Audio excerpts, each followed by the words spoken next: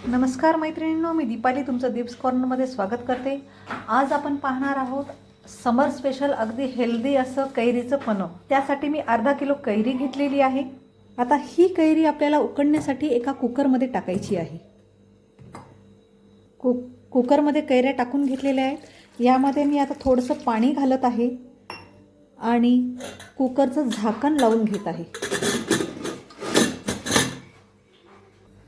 Cooker आपण गॅसवरती ठेवलेले आहे।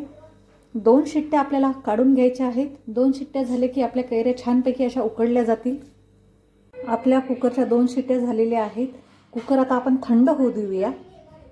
तोपर्यंत आपण गुळाचा पाक तयार करून घेऊया कैरीच्या पन्ह्यासाठी। आपण इथे साखर सुद्धा घालू शकतो, पण साखर आपल्या शरीरासाठी चांगली नसते, म्हणून मी सहसा गुळाचंच पन्ह करते।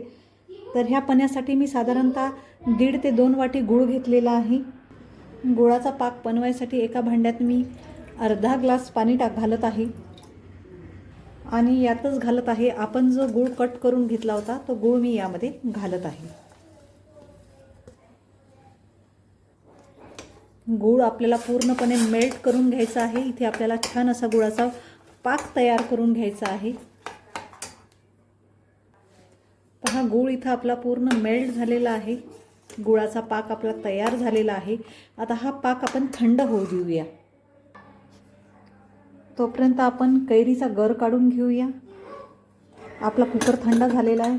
पहा, कैऱ्या आपल्या व्यवस्थित अशा शिजलेल्या आहेत। पहा, याचं कैरीचं वरचं साल सुद्धा निघत आहे। थोडंसं गरम आहे हे। थोडं थंड झालं की आपण याचा गर काढून घेऊया। कैऱ्या आपल्या थंड झालेल्या आहेत। आता ह्या कैऱ्यांचा आपल्याला गर काढून घ्यायचा आहे। पहा, अशा पद्धतीने चमच्याने मी पूर्ण कैऱ्याचा गर काढून घेत आहे।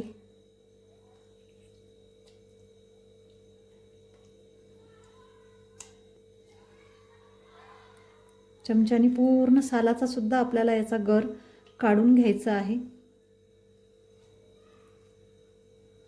अशा पद्धतीने सगळ्या कैऱ्यांचा गर आपण काढून घेऊया। पहा, अशा पद्धतीने आपण सगळ्या कैऱ्यांचा गर काढून घेतलेला आहे।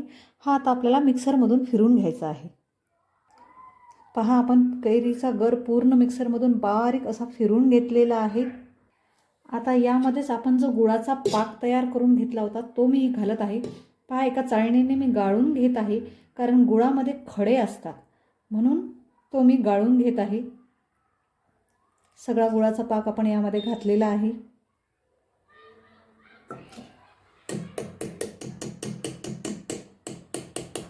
पहा, गुळात किती असा कचरा निघालेला आहे, म्हणून हा पाक आपल्याला गाळून घ्यावा लागतो।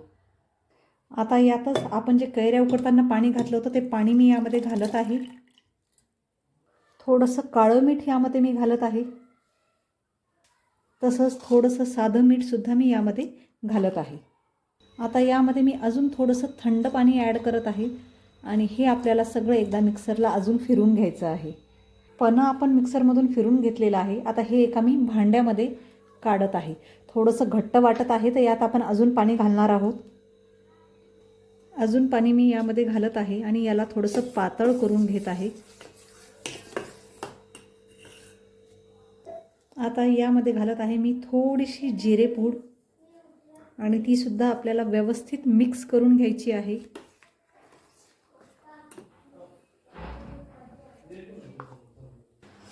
तर तयार आहे आपलं कैरीचं गूळ घालून केलेलं समर स्पेशल पन्ह। आता हे एका ग्लासमध्ये काढून घेऊया आपण। तर तयार आहे आपलं कैरीचं गूळ घालून केलेलं पन्ह। अतिशय हेल्दी असं पन्ह आहे। साखरेचा सुद्धा इथे मी वापर केलेला नाही आहे आणि उन्हाळ्यात शरीराला थंडावा देणारं असं हे पन्ह आहे। तुम्हाला ही माझी कैरीचं पन्ह बनवण्याची रेसिपी आवडल्यास नक्की माझ्या चॅनलला लाईक, शेअर आणि सबस्क्राईब करा। थँक्यू।